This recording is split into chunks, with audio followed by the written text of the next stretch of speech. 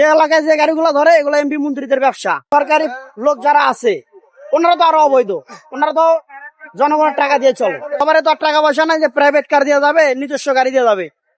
সবাই কিন্তু রিক্সা দিয়ে যেতে হবে।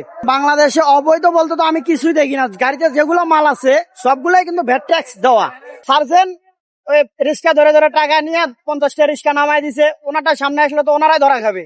এই ক্ষেত্রে ওনারা এগুলো সামনে আনতেছে না, সাধারণ নিরহ মানুষের রিক্সা গুলো ধরতেছে, ডাম্পিং করতেছে, 1200 করে টাকা নিতে আছে আর সাইডে দিতে আছে। এগুলো কি বাংলাদেশে?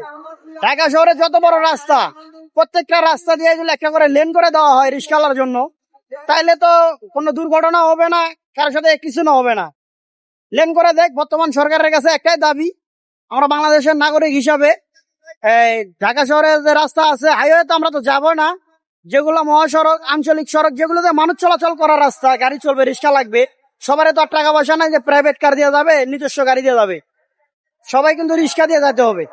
ওই ক্ষেত্রে আমি বলবো যে, আমি একজন রিক্সা চালক হিসেবে বলবো, ঢাকা শহরে অনেক বড় রাস্তা আছে, লেন করে দেন আমাদেরকে, আমরা এই লেন দিয়ে যাবো।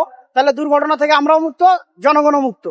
অনেকে ধরেন 12 মাস পেশাদারি গাড়ি চালায় না, অনেকে দেশ ক্ষেত খামারে কাজ করে, 10 দিন 15 দিন রিক্সা চালায়, ওরা তো ডান পাবো না, ওরা ভুট করে ঢুকাই দেয়।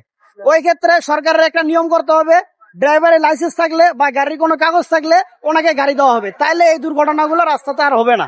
এখন বাংলাদেশে অবৈধ বলতে তো আমি কিছুই দেখি না। গাড়িতে যেগুলো মাল আছে সবগুলাই কিন্তু ভ্যাট ট্যাক্স দেওয়া। প্রত্যেকটা দোকানের রিসিপশন থাকে, সবগুলো দোকানদারে ভ্যাট ট্যাক্স দিয়ে মালগুলো ইম্পোর্ট করে। এবং আমরা যে কিনি, আমাদের কিন্তু অবৈধ টাকা না, আমরাও কিন্তু বৈধ। আমরা সারাদিন পরিশ্রম করে মাসের পর মাসের, বছর পর বছর জমায় একটা রিক্সা কিনি। ওটা কেমনে অবৈধ হয়?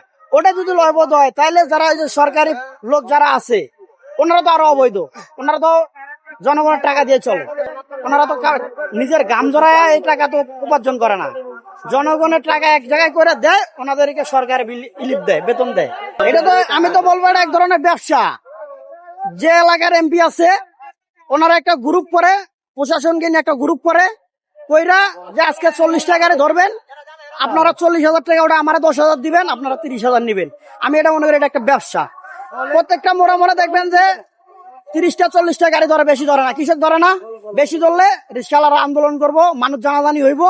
এই ক্ষেত্রে ওরা চুপি চাপে এটা ধরে এটা করে নেয়। এটা আমি মনে করি যে এলাকায় যে গাড়িগুলো ধরে এগুলো এমপি মন্ত্রীদের ব্যবসা। এই বাংলাদেশ সরকার তো এগুলো জানে না, সরকার তো এটা পায় না। আমাদের কষ্টের টাকা, আমরা চাই সরকারকে ভ্যাট ট্যাক্স দিয়ে চলতে। আমরা তো বাংলাদেশের নাগরিক, আমরা চাই বাংলাদেশের সরকারকে আমরা ভ্যাট ট্যাক্স দিয়ে চলতে।